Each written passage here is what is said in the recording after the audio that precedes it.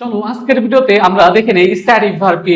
এই static verb কিন্তু প্রায়শই বিভিন্ন পাবলিক পরীক্ষায় আসতে দেখা যায়, কিন্তু তোমরা অনেকেই এই স্ট্যাটিক ভার্ব পড়ো না, এই কারণে তোমরা পাবলিক পরীক্ষায় এই ধরনের প্রশ্ন ফেস করলে উত্তর করতে পারো না। তোমাদের যাদের স্ট্যাটিক ভার্ব সম্পর্কে কোনো আইডিয়া নেই তাদের জন্য আজকের ভিডিও।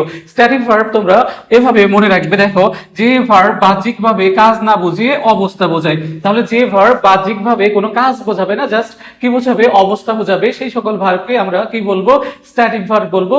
অন্যভাবেও তুমি সহজে মনে রাখতে পারো, সেটা হচ্ছে দেখো যে যে ভার্বের কাজে কোনো শারীরিক পরিশ্রমের প্রয়োজন হয় না সেই সকল ভার্বকে কি বলা হয়, স্ট্যাটিক ভার্ব বলা হয়। তাহলে যে সকল ভার্বের কাজে কোনো শারীরিক পরিশ্রমের প্রয়োজন হয় না, শারীরিকভাবে কোনো কি হয় না, পরিশ্রম হয় না, সেই সকল ভার্বকে কি বলা হয়, স্ট্যাটিক ভার্ব বলা হয়। আমরা দেখি নেই কিছু স্ট্যাটিক ভার্ব। যেমন দেখো সি সি সি, তাহলে এই ক্ষেত্রে দেখো যে কোনো শারীরিক পরিশ্রম হচ্ছে না, জাস্ট দেখো যে কোনো বাহ্যিক কাজ বোঝাচ্ছে না, জাস্ট কি বোঝাচ্ছে, অবস্থা বোঝাচ্ছে। তাহলে এই কারণে এই সি হচ্ছে একটা কি ভার্ব, স্ট্যাটিক ভার্ব।